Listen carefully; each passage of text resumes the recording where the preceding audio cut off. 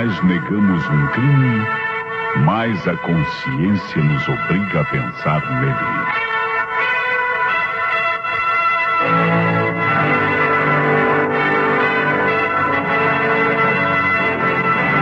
A Rádio Nacional do Rio de Janeiro apresenta Teatro de Mistério.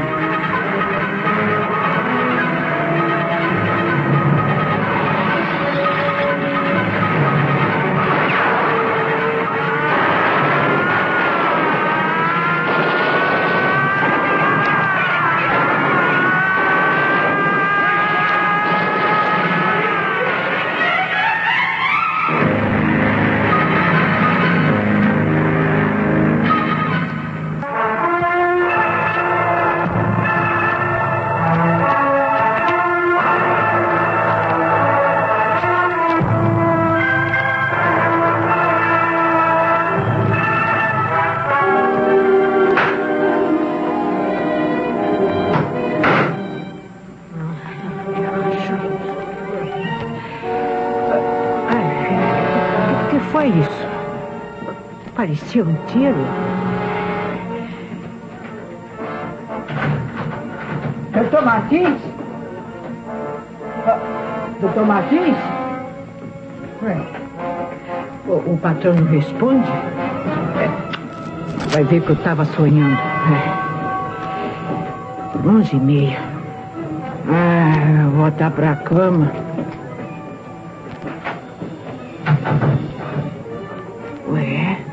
Fechar a porta da rua? Eu acho melhor ir ver se há alguma coisa.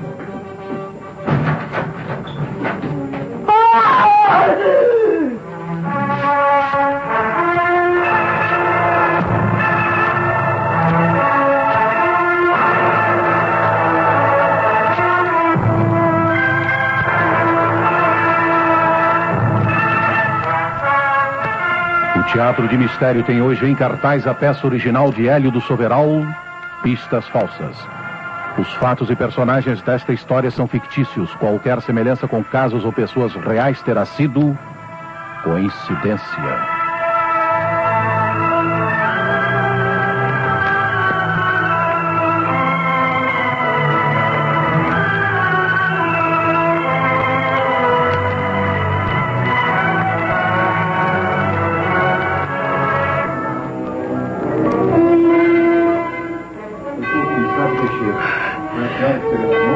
Foi sim, senhor. Meu nome é Maria. Os ladrões mataram meu patrão. Conte-me tudo, vai. Esse apartamento pertence à vítima? Sim, senhor. O doutor Martim morava aqui sozinho. Era viúvo e não tinha filho, não, senhor. Eu trabalho para ele há mais de 10 anos, sim, senhor. O doutor Martim vivia de rendimento. Há 2 anos que ele se aposentou. Foi então, que ele se mudou aqui para a Praia do Flamengo. E me diga uma coisa, ele tinha inimigos? Eu não sei que ele tivesse inimigo, não, senhor. A não ser algum marido, que o senhor compreende, né? Quer dizer que seu patrão era dado a conquistas amorosas. Bom, depois que ele ficou viúvo, ele jurou, que nunca mais ele se casava. Mas é que nem por isso ele deixava de ter as suas aventuras, né? Não, mas tá bem, mas conte-me o que aconteceu esta senhor, noite. Eu tinha me deitado às 10 horas, como de costume, e quando eu sonhei que alguém estava tocando a campainha aqui do apartamento. Isso alguém tocou mesmo, mas é que eu não fui abrir. O próprio doutor Martins é que atendeu a porta. E então eu voltei a dormir. E só acordei mais tarde quando eu ouvi um tiro. A senhora ouviu um tiro apenas? Meu senhor, pode ser que tenha sido 2, né? Sim. O primeiro me acordou, mas o segundo é que me fez levantar. Então eu fui até a porta da sala e chamei pelo patrão. Ninguém respondeu. Eu ia voltando para o meu quarto, ali pelo corredor, quando eu escutei alguém fechar a porta da rua. Sim. Eu entrei na sala e encontrei o doutor Martins assim, caído no tapete, com a cabeça cheia de sangue. E a senhora não mexeu em coisa alguma? Não, senhor. E só podia ter sido ladrão, né? O doutor Martins era rico. Esse apartamento está cheio de objetos de valor. E a senhora notou a falta de alguma coisa? Não, não, senhor. Nada foi roubado, não, senhor. Lembro que a senhora disse que ouviu o assassino sair. Sim. Vamos, dona Maria. A senhora suspeita de alguém e não quer me contar, hein? Em que a senhora está pensando? Deus me livre de levantar falso testemunho. Mas é que, olha aqui, meu senhor, pode muito bem, viu, ter sido aquele rapaz. Rapaz? Eu estou falando de um tal do senhor Roberto Mantosi, o marido de dona Iracema. Roberto Mantosi? Sim, senhor. E qual é o endereço dele? Olha, ele mora com a mulher lá no apartamento na rua Cândido Mendes. Sim. Eu acho que o senhor Roberto descobriu que havia qualquer coisa entre o doutor Martins e a dona Iracema. Temos aí um belo motivo para um crime. Pois é. E a senhora não suspeita de mais ninguém? De mais ninguém não, senhor, seu doutor. Muito bem, vamos para a sala. Pois não. Quero dar uma espiada no local antes de chegada dos rapazes da perícia. Pois não.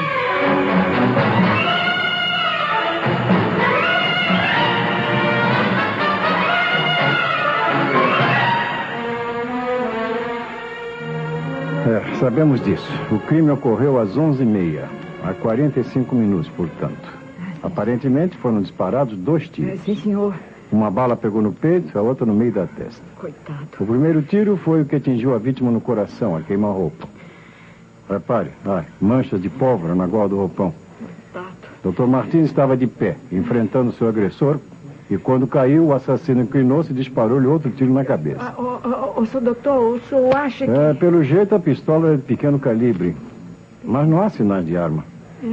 É claro que o assassino a levou para que ela não comprometesse. O que é? O senhor não sente o cheiro, seu comissário? Que cheiro?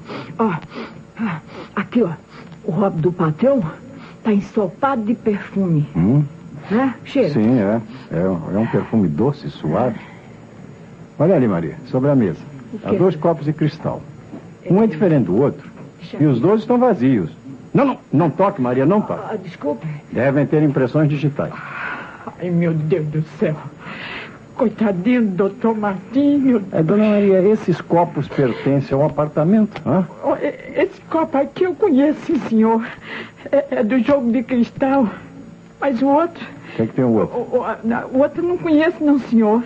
Esse copo aqui, esse grande aqui, não é nosso, não, senhor. Será que o assassino trouxe um copo para o local? Não sei. Não, mas ele não está cheirando a veneno? Eu vou erguer um pouco o cadáver sem deslocá-lo da sua posição. Eu quero ver a outra mão que está por baixo do corpo. Seu doutor, ele tem um papel amarrotado aqui na mão direita, olha lá. Sim. Olha aí. E nós não vimos antes, né? Porque estava debaixo do corpo, né? Sim, está amarrotado. Irei visitá-lo hoje, às 11 horas, para encerrar o assunto. Roberto. Foi o senhor Roberto quem matou meu patrão. Dona Maria, me dê o endereço completo desse Dr. Roberto Mantosi. Eu vou visitá-lo agora mesmo, enquanto as coisas ainda estão quentes.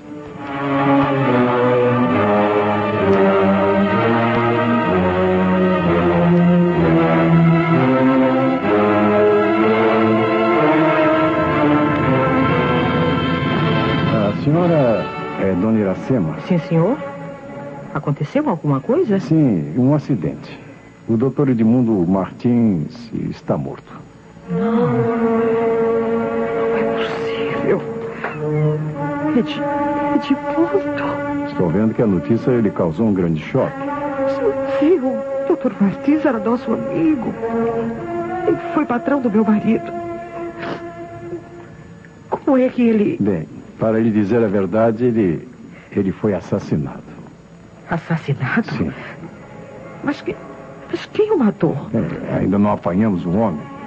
Talvez seu marido nos diga alguma coisa. Roberto? Sim. Sim.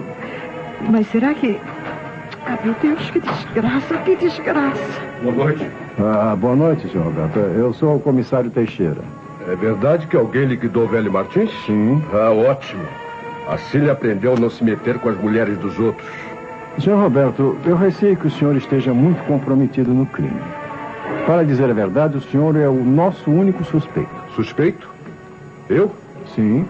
Sim, é claro. Eu suponho que o senhor já sabe. Roberto, você continua com a mesma mania? quer fazer a polícia acreditar que eu e o Dr. Martins... Eu sei que você e aquele crápula me fizeram de tolo. Eu só lamento uma coisa. É que eu não tenha realmente matado. Mas o senhor tinha todos os motivos, senhor Roberto. E mais do que isso, eu tenho uma tremenda prova contra o senhor. Reconhece este bilhete aqui? Que isso? É um bilhete que foi encontrado na mão do morto. Esta letra não é sua? Veja. Sim, é semelhante à minha letra. Bem, mas eu nunca escrevi esse bilhete. E onde é que o senhor estava agora há pouco, por volta das 11h30? Bem, eu creio que estava na rua. Na rua, não é? Muito bem. E tem testemunhas? Não, eu não tenho testemunhas, mas... Bem, eu estava dando uma volta a pé, andei pela beira da praia e... E ninguém então... ouviu, não é isso? É. Um grande álibi. E por que resolveu passear justamente esta noite? Eu sofro de insônia. Esta noite, por volta das 10h30, eu senti-me deprimido, angustiado. Eu falei nisso à minha mulher. Sim, é verdade. O Roberto é muito nervoso. Então eu lhe sugeri que desse uma volta ao ar livre. Ele saiu e... Bom, mas eu não sei se usou o carro. Eu não peguei o carro. Saí caminhando sem destino. Estive mais de meia hora debruçado na murada, pensando. Depois eu voltei sempre a pé e regressei a casa. Era mais ou menos meia-noite. Eu ainda estava acordada. Eu também não consegui dormir. O que foi, seu comissário? Hã? Por que o senhor está olhando assim para a cristaleira? Estou vendo aquele jogo de cristal ali. E estou vendo que está faltando um copo. É verdade. Sabe, eu não tinha reparado. Um copo igual àqueles foi encontrado no apartamento do Dr. Martins. É muita coincidência, não acha, senhor Roberto? Como? Eu digo-lhe mais. Ou muito me engano, ou aquele copo tem as suas impressões digitais. Não pode ser. Eu não entrei no apartamento do Dr. Martins. Eu juro que não. Tudo está contra você, Roberto. Eu não posso duvidar. Foi você quem matou Edmundo. Iracema, pelo amor de Deus. Senhor Roberto, faça o favor de me acompanhar. Isso é absurdo. O senhor está preso. E eu aconselho a confessar o crime.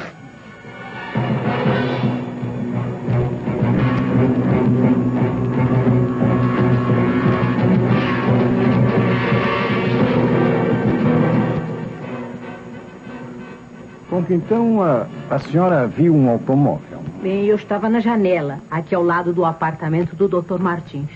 Era mais ou menos 11h15. De repente eu vi um carro parar na porta do edifício. O chofer buzinou 2 vezes. E quem era esse chofer? Não sei, não, senhor. Eu pensei que ele fosse sair do carro logo em seguida, mas não saiu.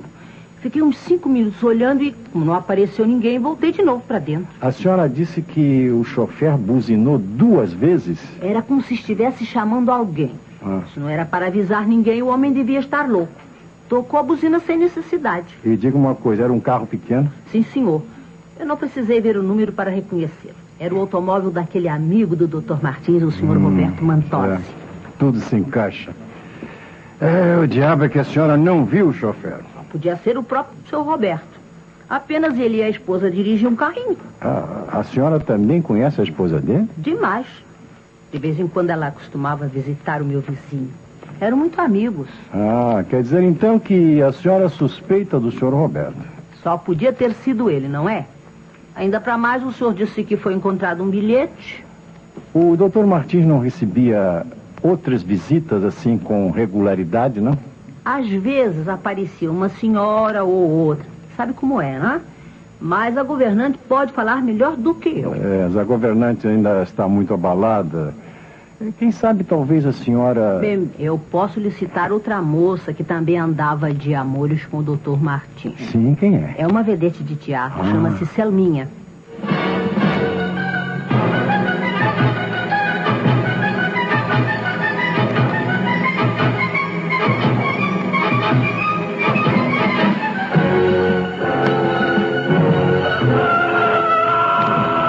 Você é duro, hein, Roberto? Confesse logo, vamos. Pode ser que tudo esteja conspirando contra mim, mas não fui eu. Eu estava passeando pela beira-mar. Ninguém me viu, mas eu estava. Eu não conseguia dormir. Pare com essa história. Eu não posso contar de outro jeito. Não fui eu. Eu não peguei naquele copo. Eu não escrevi nenhum bilhete. Eu não matei aquele patife.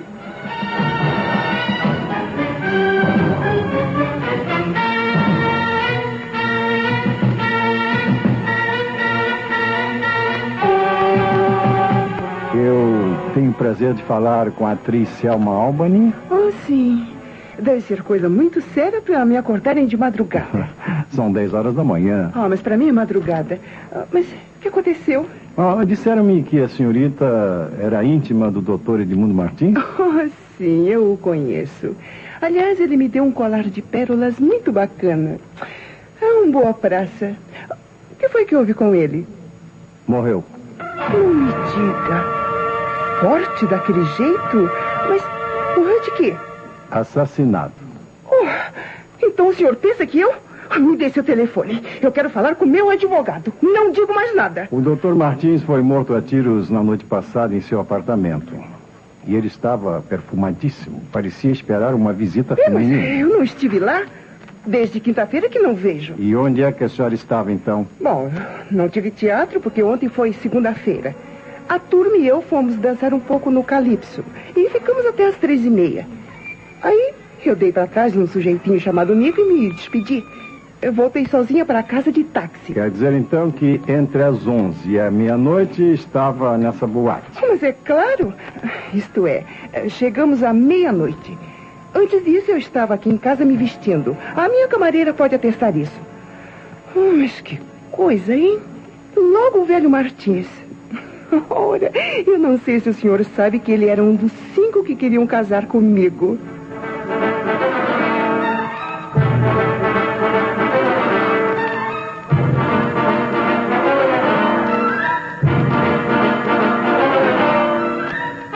Então o caso está nesse pé. Sim, senhor inspetor. Mas temos outro indício. Os peritos encontraram um bilhete queimado num cinzeiro de pé no apartamento da vítima. O dizer do bilhete só poderão ser conhecidos depois de um exame apurado. Possivelmente será outra prova contra o senhor Roberto Mantosi. Só existem provas contra ele. Já soube do resultado do exame feito no copo de cristal? Sim. Os peritos encontraram impressões digitais do suspeito. Havia para mais de 5 marcas excepcionalmente nítidas. E o copo pertence a um jogo de cristal de sua propriedade. O que eu não entendo, inspetor, é para que foi que o assassino levou aquele copo para o local do crime? Há muitas coisas neste caso que eu também não entendo. Olha aqui o relatório. Uma vizinha do apartamento da vítima descobriu que o carro do suspeito esteve parado em frente ao edifício por volta das 11h30. Eu sei. É outra prova contra o senhor Roberto Mantosi. Mas o diabo é que o homem não confessa, inspetor. Mas com tantas provas, eu acho que nem seja necessária uma confissão. Há qualquer coisa de estranho neste acúmulo de provas. Isso não é natural, não. Ninguém, em seu juízo perfeito, mata um desafeto gritando o próprio nome aos 4 ventos. Olha isso aqui, por exemplo. Uma vizinha disse que o chofer do automóvel tocou a buzina 2 vezes ao chegar. Podia ter batido com o cotovelo no volante 2 vezes? Não. Se foi ele, o chofer devia ter outros motivos para proceder assim. Se foi ele? Mas, inspetor, o senhor acha que podia ter sido outra pessoa?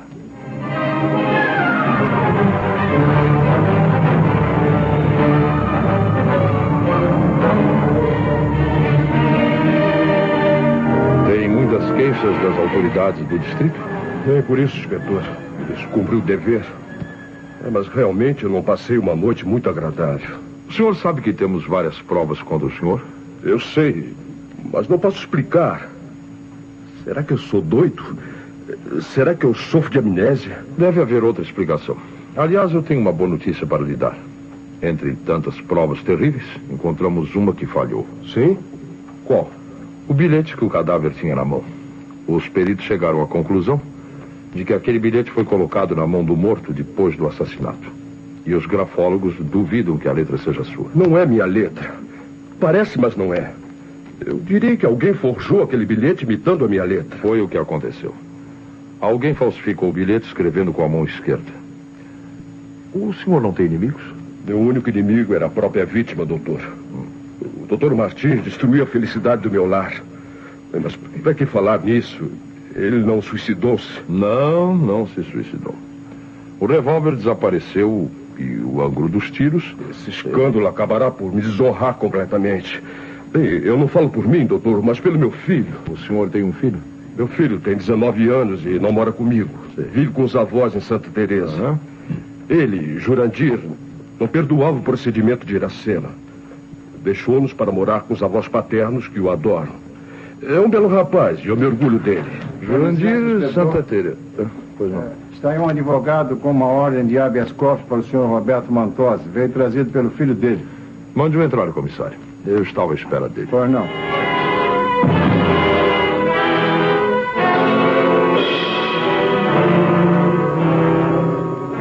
Creio que papai não falou a meu respeito para não me envolver nesse desagradável acontecimento. Ele não tinha outros motivos para se esquecer de mim. É o que penso, Jurandir. Aliás, gostei da sua atitude ao saber que seu pai fora preso como suspeito. Claro que, quando soube da gafe da polícia, tratei de arranjar nossa defesa. Meu pai está inocente. No entanto, todas as provas acusam o senhor Roberto Mantosi. Temos até provas demais. Olha, inspetor, pode ser que eu me engane, viu? Mas, de qualquer forma, não acredito nessas provas. O bilhete encontrado na mão do morto não foi escrito por papai. Ele não teria motivos razoáveis para deixar um copo com as suas impressões digitais no local do crime. Uma vizinha viu o automóvel de papai, mas não sabe quem o estava dirigindo. Você também costumava dirigir aquele carro? Não, senhor. Nunca aprendi a dirigir. Toda a minha vida é dedicada aos estudos, sabe? Eu vou me formar em criminologia. E onde estava você ontem à noite, quando o crime foi cometido? Eu estava em casa de meus avós, em Santa Teresa, dormindo. Mas se quer saber, inspetor, também não tenho álibi. Com licença, inspetor. Estou chegando de Santa Teresa. Interroguei o casal de velhos e o rapaz tem álibi. Interessante. Ele estava dizendo agora mesmo que não tinha. É, que ele mesmo não sabia. Por volta das 11h30, acendeu a luz do quarto para beber água ou coisa que o valha. E o avô viu sua silhueta projetada na cortina da janela. Foi uma visão muito rápida, mas o bastante para identificá-lo.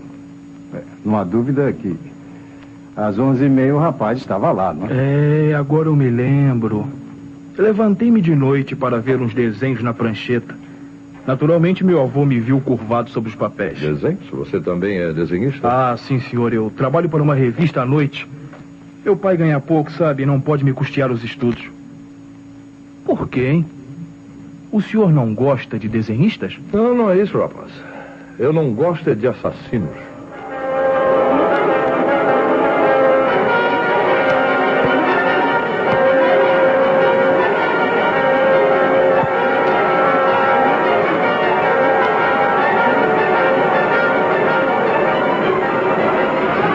O senhor também suspeita de mim, inspetor? Não se trata de suspeitas, dona Iracema. Trata-se de aclarar os fatos.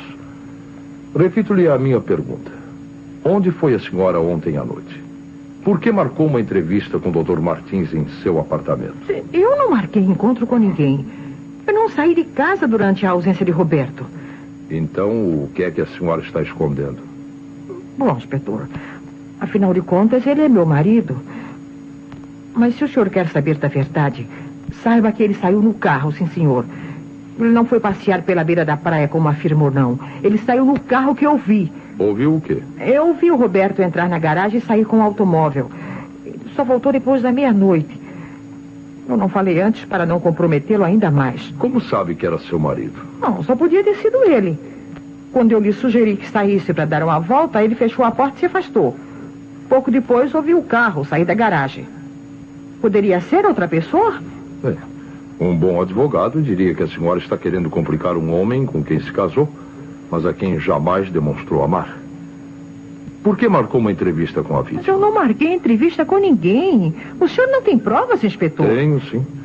Os peritos examinaram um bilhete carbonizado que estava no cinzeiro do apartamento do crime. Nesse bilhete, escrito com letra feminina, havia as seguintes palavras. Aqui está. Irei hoje, às 11 horas da noite, a seu apartamento. Queime este bilhete. Mas eu não escrevi isso, não. Letra de mulher. A sua letra, talvez. Ainda vamos fazer um teste. Pode fazer os testes que quiser. Eu não saí de casa ontem à noite. Mas, segundo me disse, não tem testemunhas. Bem, inspetor, é melhor contar tudo. Eu tenho uma testemunha, sim, senhor. Sabe, existe um homem que me viu em casa na ausência do Roberto. Ele me pediu para não falar nada, mas diante das circunstâncias... Quem é esse homem? É um ladrão profissional. Um ladrão que tentou assaltar a nossa casa quando viu meu marido sair. Mas, pelo amor de Deus, prenda esse homem e faça-o falar. É a única testemunha que sabe que eu não saí naquela noite.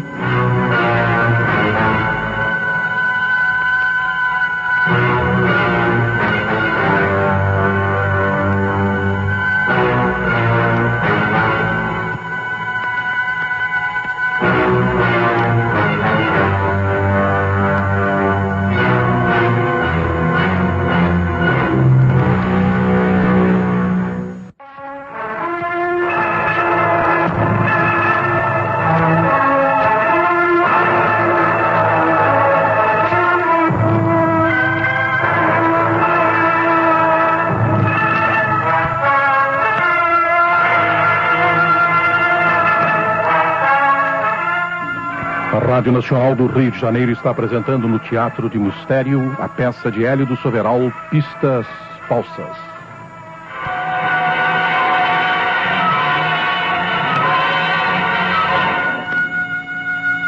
Um ladrão profissional. Era um mulato magro, alto, com a cara de macaco. Olha, se eu visse outra vez, eu tenho a certeza de que eu reconheceria. Ele falou comigo, inspetor. Conte-me a história. Bom, pouco depois de Roberto sair, eu ouvi um ruído na janela da sala. Eu me levantei pé ante pé e fui investigar. Havia um homem no peitoril da janela. Eu esperei que ele entrasse e acendi a luz. Sabe, eu não sou nervosa não, inspetor. Eu estava armada com a pistola de meu marido. Seu marido tem armas em casa? É uma pistola automática, calibre 32. Ele sempre o guarda na mesinha de cabeceira. É evidente que não se trata da arma do crime, não é? Tem razão. A arma do crime foi um revólver de pequeno calibre. Eu pergunto a mim mesmo por que seu marido não teria usado a própria pistola se foi ele quem matou o Dr. Martins. Mas continue. Bom, eu enfrentei o ladrão e ele apanhou um susto tremendo. Disse-lhe que ia chamar a polícia. Aí o homem caiu de joelhos e me implorou que não fizesse. Jurou que estava com fome, que era um infeliz. Sabe, ele me comoveu. Aí eu deixei que ele fugisse.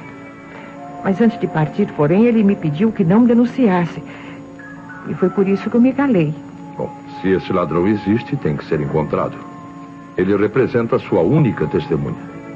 Como vamos encontrá-lo? Eu não sei, inspetor. Eu não conheço, não sei o nome dele, nada. Um momento. Ô, Silva! Pronto, inspetor? Acompanhe Dona Iracema até os arquivos. Eu quero que lhe mostre todos os ladrões conhecidos e fichados para ver se ela identifica algum deles. Comece pelos ventanistas.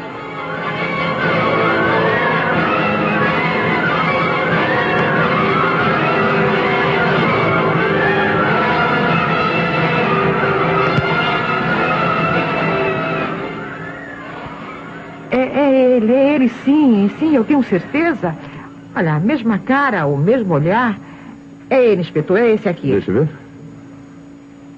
Bico Doce. Interessante. Joaquim dos Reis. Ventanista, descuidista, falso mendigo. Município de Nova Iguaçu.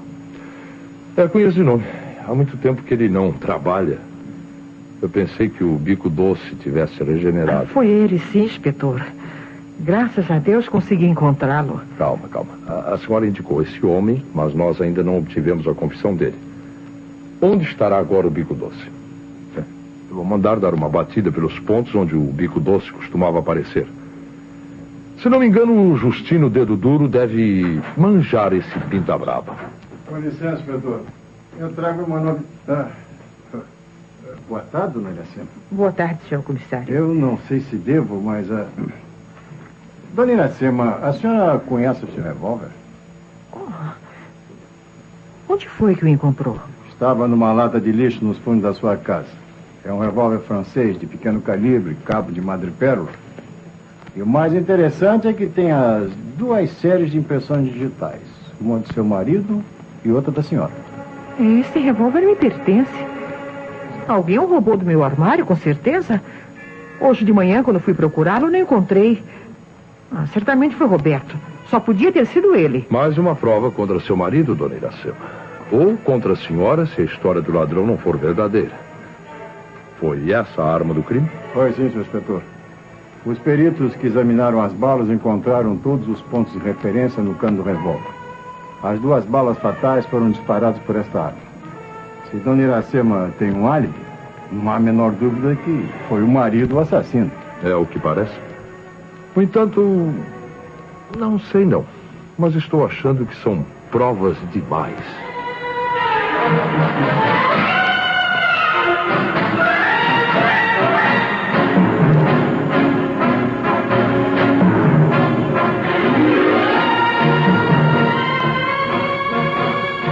Às suas ordens, inspetor. Eu vim logo que o senhor mandou chamar. Sr. Roberto, eu tenho uma péssima notícia para lhe dar. Sim? Encontramos a arma do crime numa lata de lixo de sua casa. Era a minha pistola automática? Não. Um pequeno revólver de cabo de madrepérola. Nele estão as suas impressões digitais. Bem, eu não quero comprometer ninguém, mas esse revólver de Iracema, minha mulher o ganhou de presente do Dr. Martins e tinha guardado numa gaveta do armário. Eu peguei nele 1 ou 2 vezes, mas dou-lhe a minha palavra de honra que não o usei para matar... Sabe que esta descoberta compromete sua esposa? Eu imagino que sim. Mas não acredito que Iracema tenha assassinado o velho. Não podia. Estava em casa quando eu saí para passear. Não, inspetor. Eu também não acredito que tenha sido Iracema.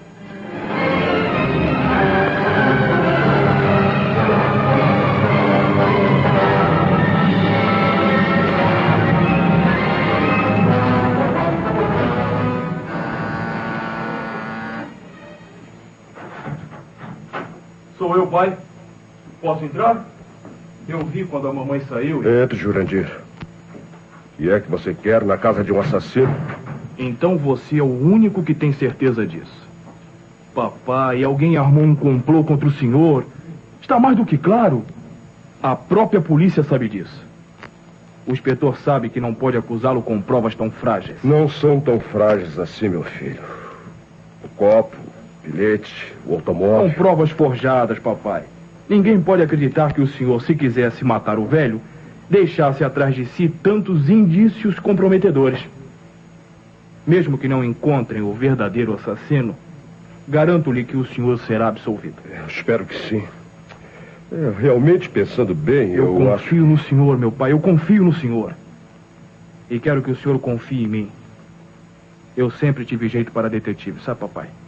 Pois bem, eu dou-lhe a minha palavra de que hei de descobrir o assassino. Ou melhor, a assassina. Bem, se você pensa que sua mãe... Estou pensando numa certa vedete de teatro que a polícia esqueceu. Por favor, Jurandir, não se envolva neste caso. Eu quero você longe dessa miséria toda. Já basta o escândalo, a vergonha. Não, meu filho, eu confio na polícia.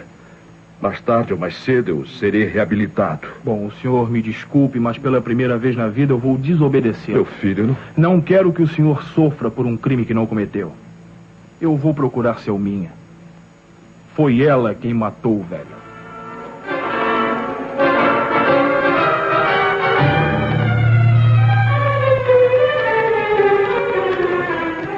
Mas o que é isso? Você está biruta, rapaz? A polícia já desistiu de me interrogar? Eu tenho um álibi. Ora, todos nós temos álibis. Mas alguém matou o Dr. Martins. Eu acho que foi você. Engraçado.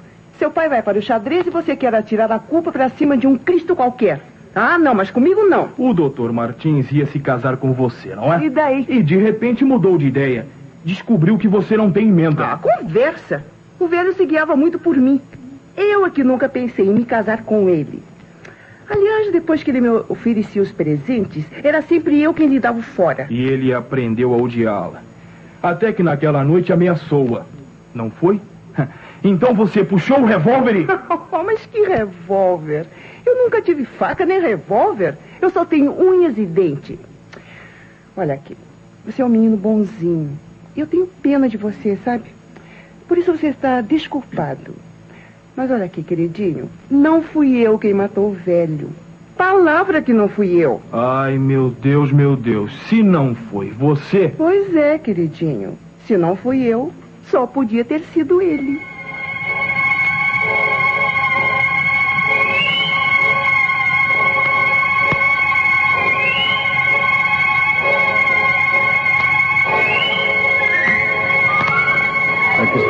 relatório do investigador que eu botei na pista do filho do senhor Roberto Mantosi. Só quer ler, inspetor? O que foi que o rapaz fez?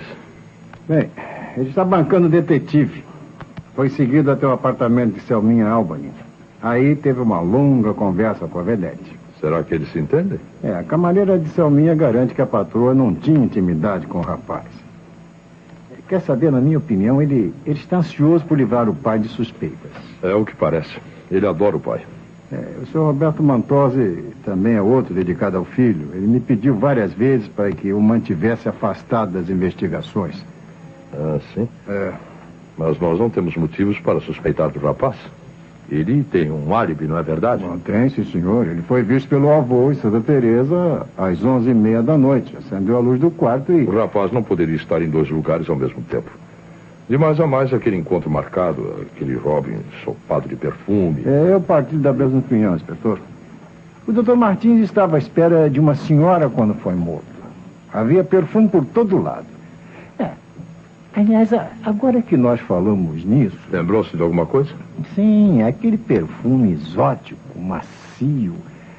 Os peritos o identificaram. É uma essência argentina chamada Suave Renúncia. O vidro não foi encontrado. E agora estou vendo se me lembro onde foi que eu senti um cheiro semelhante. Eu tenho a impressão de que aquele perfume não me é estranho. Selminha? Não. Selminha usa perfumes franceses. Você disse que o Rob do velho estava ensopado de perfume? Estava, sim, senhor. O peito, principalmente. Foi como se despejassem o vidro assim de perfume bem no peito. Bom, isso dá a entender que não foi o Dr. Martins quem se perfumou. O seu assassino jogou o perfume em cima do cadáver. Sim, mas alguma mulher poderia ter levado o perfume. Sim, porque aquilo é perfume de mulher. Sim, é isso mesmo. Agora me lembro, inspetor.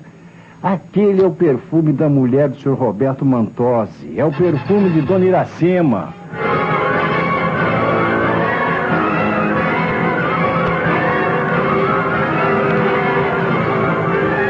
Seu ladrão ainda não apareceu, minha senhora.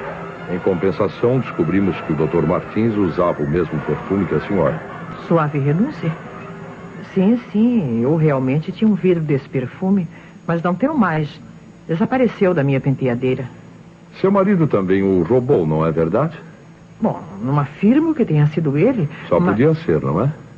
Ou ele, ou o ladrão. Estou vendo que o senhor não quer brincar comigo, inspetor.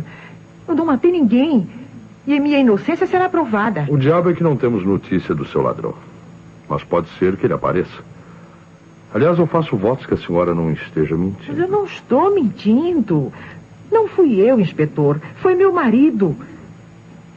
O senhor não compreende, doutor.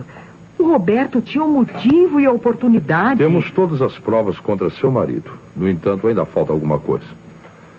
Bom, de qualquer maneira, não estou satisfeito. Apesar de todas as provas contra o senhor Roberto, não posso jurar que tenha sido ele. E a polícia pode, mas não deve falhar.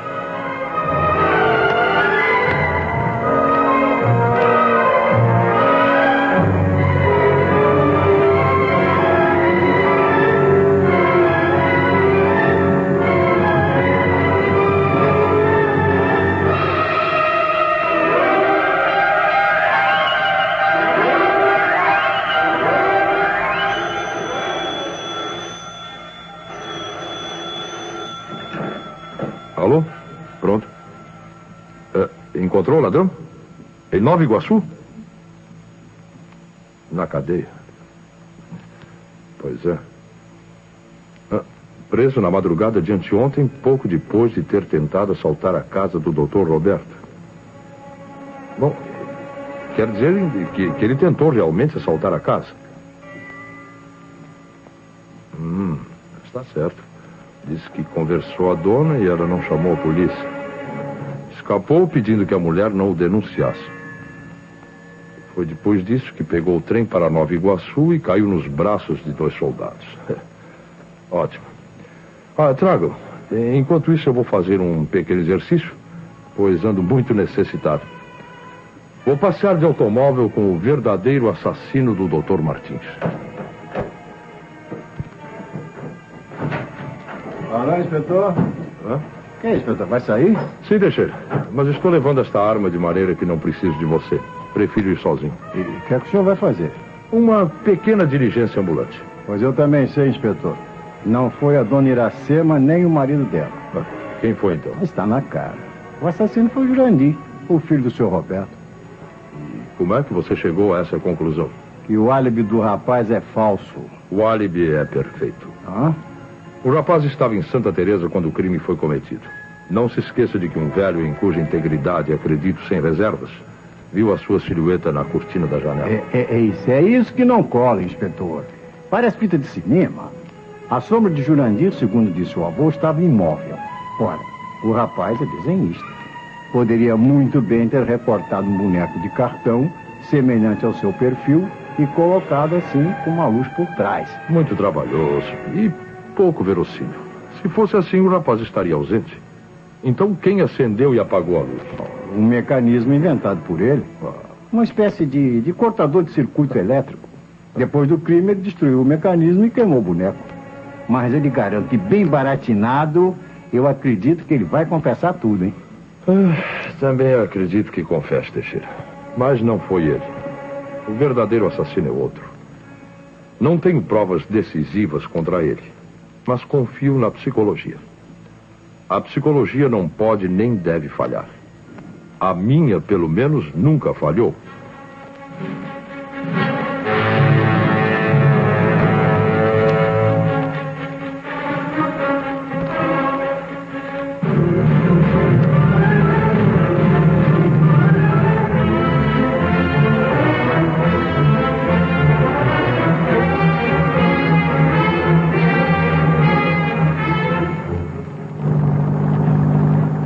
Convidei-o para dar umas voltas de automóvel, porque assim o senhor não poderá chamar seu advogado para atrapalhar a conversa.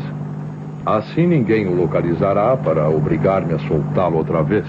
Quer dizer que o senhor acredita mesmo que é sido eu? Tenho a certeza de que foi o senhor, senhor Roberto. O resto da polícia suspeita do senhor. Mas só eu tenho a certeza. E o que levou a ter certeza? As provas que se acumularam contra mim? Não. Nós sabemos que essas provas foram forjadas. Sendo assim, eu sou uma vítima e não um criminoso. Esta manhã estive estudando o caso por um outro ângulo e descobri que as provas que o incriminavam também podem ter sido forjadas pelo senhor. Absurdo. Parece absurdo, mas não é. O senhor conhece os nossos processos. Sabe que a polícia nem sempre entrega um assassino à justiça, munida de todas as provas necessárias para enfrentar a dialética de um bom advogado. Foi pensando nisso que o senhor cometeu o crime. Crime perfeito, sem dúvida alguma. Eu mesmo não tenho provas concludentes do que afirmo, mas sei que foi assim. Se apenas nós dois sabemos, eu creio que seria absolvido no tribunal. O senhor foi muito esperto, senhor Roberto. Queria matar o seu rival, mas sabia que se o matasse, seria o primeiro sobre quem recairiam as suspeitas. Então seu cérebro começou a trabalhar. E se forjasse uma porção de provas contra si mesmo? Quem iria suspeitar do senhor? Foi o que fez? Preparou um copo com impressões digitais. Um bilhete acusador escrito com a mão esquerda. Eu espero que não esteja gravando a nossa conversa. Não. Seria ridículo uma cilada dessas dentro de um automóvel. Se quer confessar para aliviar a consciência... Eu não tenho consciência. Eu não admito coisa alguma. Bem, mas eu estou curioso. Depois que tive a inspiração, foi apenas questão de paciência. Partindo do princípio de que o senhor tinha semeado provas falsas contra si mesmo, não foi difícil descobrir a sua maneira de proceder. Foi assim que o senhor cometeu o seu crime perfeito. Perfeito porque, embora fosse preso e acusado pela justiça, seria absolvido no tribunal. Ninguém levaria a sério esse amontoado de indícios gritantes. Ainda bem que o senhor o sabe. Tudo foi perfeito, tudo. Até as duas buzinadas na porta do edifício para chamar a atenção sobre o carrinho. Todos veriam o carro, mas não o chofer. O senhor já contava com a possibilidade de alguém identificar o veículo. Mas o seu plano era mais complexo. Ao mesmo tempo que se inocentava com as provas falsas, o senhor incriminava sua esposa. E não lhe parece que foi Iracema que matou o velho? O encontro marcado, e Iracema me sugeriu que saísse de casa naquela noite. Não foi sua esposa quem sugeriu que o senhor saísse. Foi o senhor que sugeriu a ela que lhe sugerisse. Entende? O senhor se queixou de insônia e talvez tenha feito uma insinuação. Dona Iracema lembrou-se de que o senhor costumava passear pelas ruas quando não tinha sono. E então sugeriu o que o senhor queria que ela sugerisse. Sua história está muito bem contada. Mas eu continuo negando o crime. E o senhor continua sem provas. Mas tenho a satisfação de saber a verdade. O senhor enviou um bilhete com letra falsa ao Dr. Martins, marcando um encontro para as 11h30. O velho, embora não soubesse de quem era o bilhete, ficou à espera da visita. E foi o senhor quem apareceu, armado com o revólver de sua esposa e um vidro de perfume. Ah, o perfume. O perfume de Iracema. O senhor, então, matou seu rival a tiros e despejou-lhe o perfume na roupa. Depois, colocou-lhe aquele outro bilhete na mão para se comprometer a si mesmo, sabendo que não se comprometia. E deixou no local o copo com as impressões digitais suas, sabendo que nenhum assassino procederia dessa forma. O resto nós sabemos. Provas que, afinal de contas, me ajudarão a escapar e que acusarão minha mulher. Entende, inspetor? Quando eu for inocentado, a polícia não terá outro remédio senão prender Iracema. Se não fui eu, foi ela. E rirá melhor quem rir por último. Engana-se. O seu crime, afinal de contas, não foi perfeito. O senhor não podia prever uma coisa. Tolice. Tudo foi previsto. Nem tudo. Sua esposa não poderá ser acusada do crime, pois tem um álibi. Um ladrão a visitou na sua ausência e vai servir de testemunha. Se não for eu, nem minha mulher, quem irá pagar pelo crime? O senhor não pensou nisso, senhor Alberto. No dia em que nós o inocentarmos e inocentarmos sua esposa, teremos que acusar seu filho. Não. O comissário Teixeira já está trabalhando neste sentido.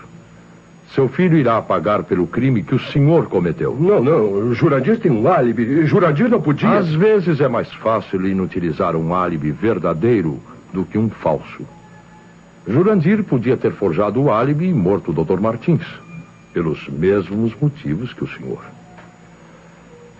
Lamento lhe dar essa triste notícia. O senhor está livre, senhor Roberto, mas seu filho será processado. Espere. Se é assim, eu não quero que ele sofra as consequências da minha loucura. Está bem, inspetor Ribeiro. Foi tudo como o senhor disse. Eu estou disposto a confessar.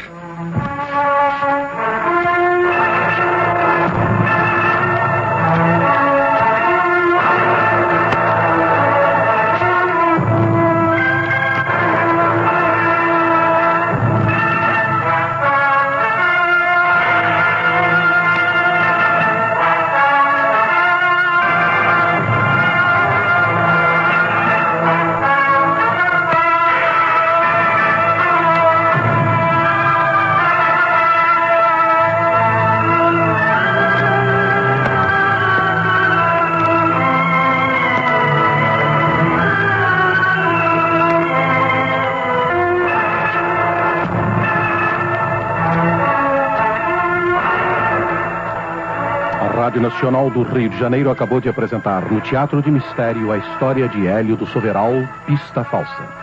Estiveram em cena na história de hoje os seguintes artistas: Comissário Teixeira, Cauê Filho; Iracema, Carmen Dolores; Roberto, Wilson Marcos; Vizinha, Yara Jordão; Selma, Silvia Augusta; Jurandir, Laio Júnior; Inspetor Ribeiro, Carlos Leão; Controle de som, Cesário Bernardes; Sonofonia, Urgel de Castro, operada por José Marques. Assistente, Jorge Araújo. Ensaiador, Cauê Filho. Contra-regra, Isaías Silva. Direção de Rádio Teatro, Deise Lúcio. Atenção! O Teatro de Mistério da Nacional é apresentado sempre aos sábados, às 8h05 e reapresentado às segundas-feiras, às 22h05.